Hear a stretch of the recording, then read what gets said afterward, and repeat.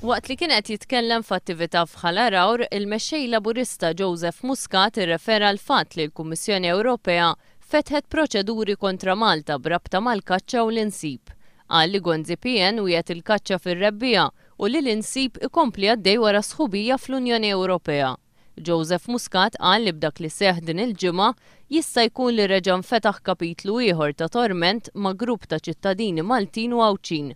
12 darba Gonzi PM applikax tajjeb id-deroga li suppost tapplika fil-konfront tal-insib. Din hija r-responsabbiltà, saħaq Joseph Muscat, u xi ħadd irid jerfa' r-responsabbiltà tagħha.